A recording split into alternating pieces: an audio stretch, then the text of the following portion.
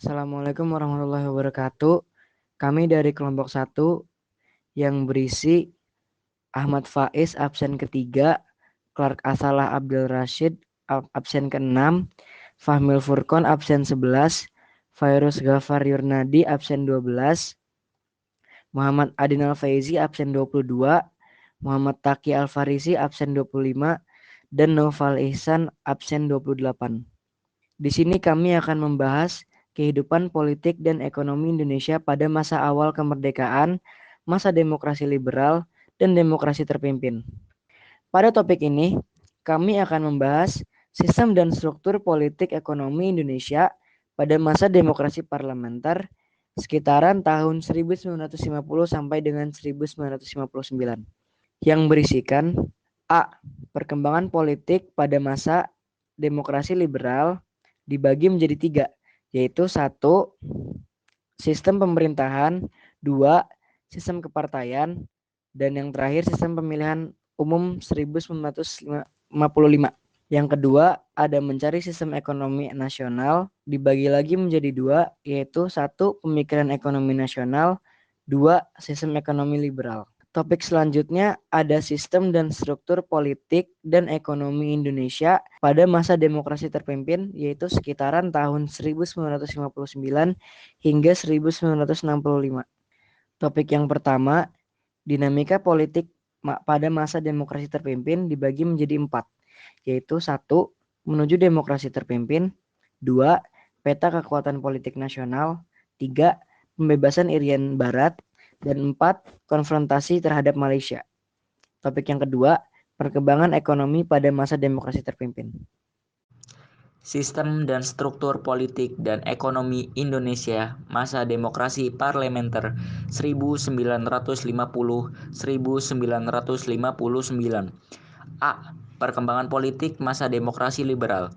Era demokrasi liberal 1950-1959 yang dikenal pula dengan era demokrasi parlementer adalah era ketika Presiden Soekarno memerintah menggunakan Konstitusi Undang-Undang Dasar Sementara Republik Indonesia 1950. Periode ini berlangsung dari 17 Agustus 1950 sejak pembubaran Republik Indonesia Serikat sampai 5 Juli 1959. Keluarnya dekret presiden. Pada masa ini terjadi sejumlah peristiwa penting seperti Konferensi Asia Afrika di Bandung, pemilihan umum pertama di Indonesia, dan pemilihan konstituen, serta periode ketidakstabilan politik yang berkepanjangan, dengan tidak ada kabinet yang bertahan selama 2 tahun. 1. Sistem pemerintahan. Sistem pemerintahan pada masa demokrasi liberal Indonesia sampai dengan tahun 1950 telah menjalankan 2 sistem pemerintahan yang berbeda, yaitu sistem presidensial dan sistem parlementer.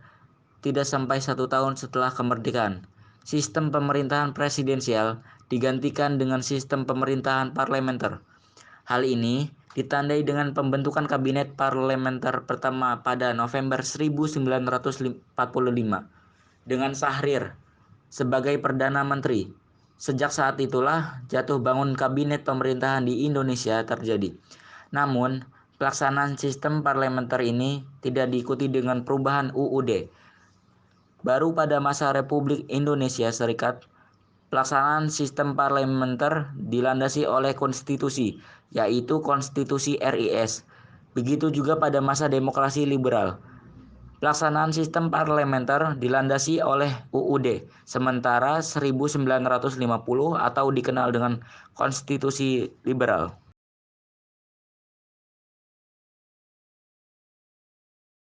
Tiga, pemilihan umum. Berakhirnya demokrasi parlementer, pemilihan umum 1955 berhasil memilih konstituante secara demokratis. Namun, konstituante gagal membentuk konstitusi baru sampai berlarut-larut. Presiden Soekarno lalu menyampaikan konsep demokrasi terpimpin pada DPR hasil pemilu yang berisi ide untuk kembali pada UUD 1945. Pada tanggal 5 Juli 1959, penggantian konstitusi dari UUD 1950 menjadi UUD 1945 kembali.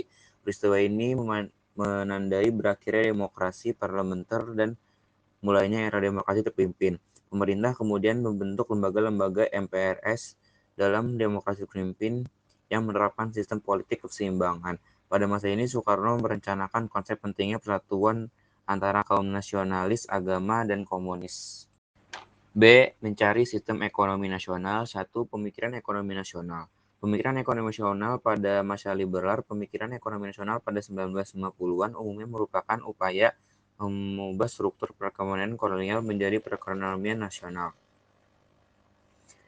Hambatan yang dihadapi dalam mewujudkan hal tersebut adalah sudah berakarnya sistem perekonomian kolonial yang cukup lama. Warisan ekonomi kolonial membawa dampak perekonomian Indonesia bahwa Indonesia banyak didominasi oleh perusahaan asing dan ditopang oleh kelompok etnis Cina. Sebagai penggerak perekonomian Indonesia, kondisi inilah yang ingin diubah oleh para pemikir ekonomi nasional di setiap kabinet di era demokrasi parlementer. Perhatian terhadap perkembangan dan pengembangan ekonomi dicurahkan oleh Sumito Jojohadikusumo. Ia berpendapat bahwa pembangunan ekonomi Indonesia pada hakikatnya dalam pembangunan ekonomi baru. Ia melakukan praktik pemikiran tersebut ke sektor perdagangan dan berpendapat bahwa pembangunan ekonomi nasional membutuhkan dukungan yang kuat. 2. Sistem ekonomi liberal. Sistem ekonomi liberalis adalah salah satu bentuk sistem ekonomi yang memberikan kebebasan setinggi-tingginya kepada setiap orang untuk melakukan kegiatan ekonomi demi mendapatkan untung yang sangat besar. Sederhananya, sistem ekonomi liberalis adalah suatu sistem yang mana setiap keputusan perekonomian di dalamnya mengacu pada ekonomi pasar dan juga menjunjung tinggi setiap hak kepemilikan pribadi.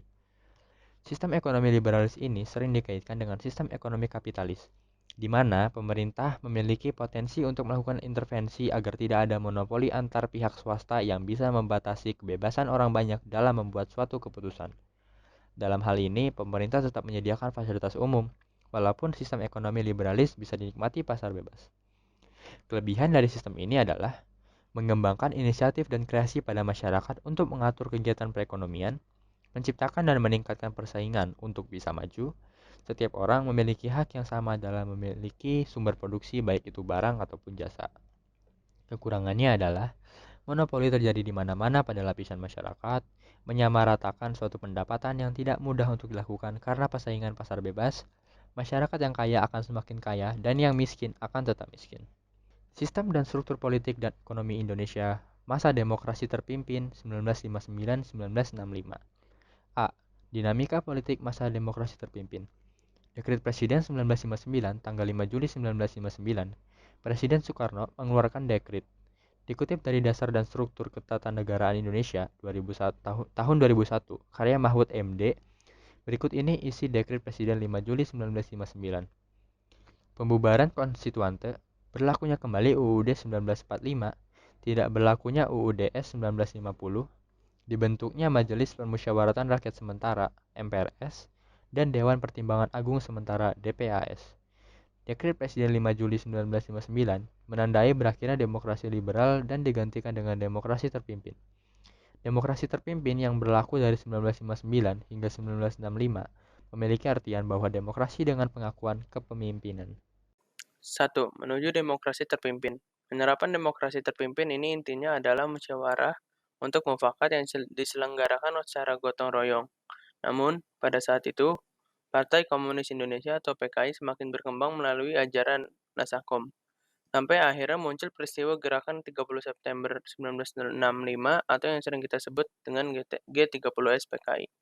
Setelah penumpasan komunis di Indonesia berhasil, masa pemerintahan Soekarno dengan demokrasi terpimpin pun berakhir. Inilah kali pertama dalam sejarah politik Indonesia yang menjadikan sistem pemerintahan Indonesia berganti jadi demokrasi Pancasila yang dipimpin oleh Soeharto.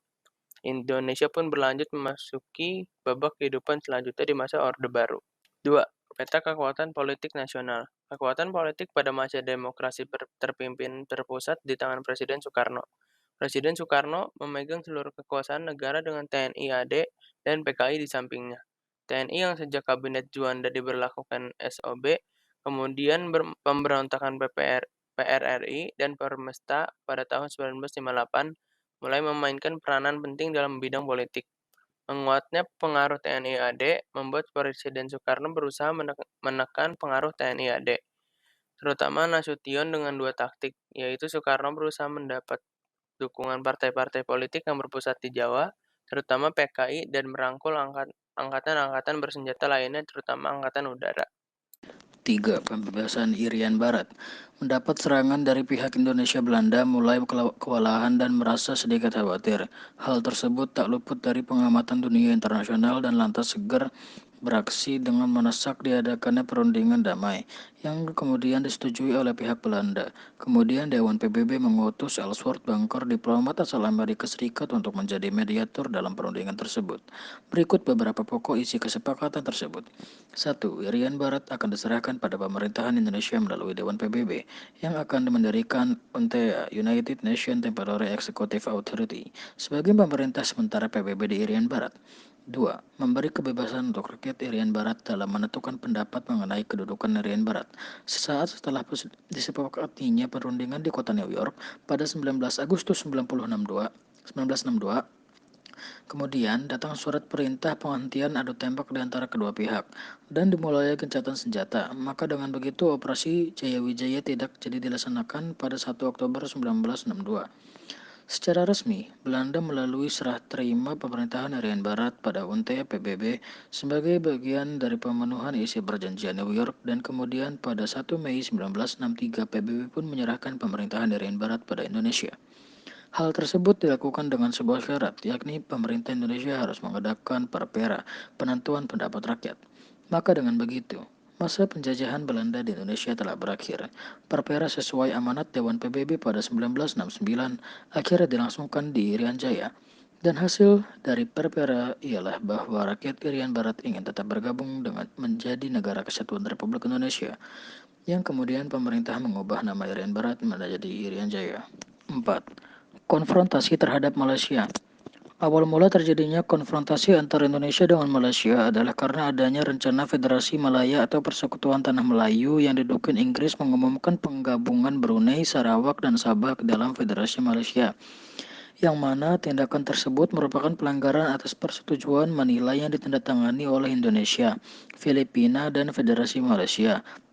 Dukungan Inggris tersebut diberikan karena Inggris mempunyai kepentingan atas Malaysia dan daerah sekitarnya, serta dengan dasar mempunyai perjanjian pertahanan bersama dengan Malaysia.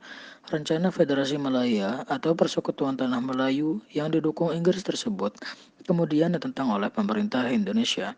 Presiden Soekarno yang merupakan Presiden Indonesia menentang rencana tersebut karena penggabungan tersebut akan menambah kontrol Inggris di kawasan Kalimantan yang masih berkeinginan untuk melakukan penjajahan di wilayah Nusantara, sehingga berpotensi membahayakan kemerdekaan Indonesia.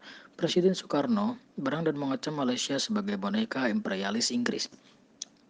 Pemerintahan Indonesia dan juga pemerintahan Filipina yang mempunyai kepentingan atas rencana Malaysia tersebut kemudian menyatakan sikapnya bahwa kedua negara ini akan mengakui penggabungan tersebut apabila disetujui oleh mayoritas rakyat dari daerah yang akan digabungkan melalui sebuah referendum yang diselenggarakan oleh PBB. Namun, sebelum hasil dari referendum diumumkan, Malaysia telah mengumumkan penggabungan tersebut dengan alasan penggabungan dan pembentukan Federasi Malaysia sebagai masalah dalam negeri, tanpa tempat untuk turut campur orang luar. Namun pemerintah Indonesia berpendapat lain karena pengumuman pembentukan dan penggabungan sepihak itu adalah bentuk pelanggaran persetujuan Manila, di mana Indonesia adalah salah satu pihak yang berkepentingan dalam persetujuan tersebut. Karena pengumuman sepihak tersebut, pemerintah Indonesia kemudian mengumumkan konfrontasi dengan Malaysia melalui pemerintahan Dwi Komando Rakyat, Dwi Kora, pada tanggal 3 Mei 1964 di Jakarta. Perintah Dwi Komando Rakyat atau Dwi Kora yang dikeluarkan Presiden Soekarno berisi 1. Pertinggi ketahanan revolusi Indonesia. 2. Bantu perjuangan revolusioner rakyat Malaya, Singapura, Sarawak, dan Sabah untuk menghancurkan Malaysia. Pengumuman konfrontasi tersebut kemudian diikuti oleh pembentukan Komando Penyerangan atas Malaysia. Komando penyerangan ini bernama Komando Mandala Siaga atau Kolaga yang dipimpin oleh Marsikal Madya Omar Dhani. Komando Mandala Siaga atau Kolaga terdiri dari 3 komando, antara lain 1 Komando Tempur, 1 Kopurtu, Komando Tempur 1 Kopurtu berkedudukan di Sumatera dengan sasaran operasi di Semenanjung Malaya yang terdiri dari 12 Batalion Tentara Nasional Indonesia dari Angkatan Darat atau TNI AD. Kemudian sebanyak 3 batalion para dan 1 batalion Korps Komando Angkatan Laut atau KKO Komando Tempur 1 Kopurtu dipimpin oleh Pangkopur I, yaitu Brigjen Kemal Idris.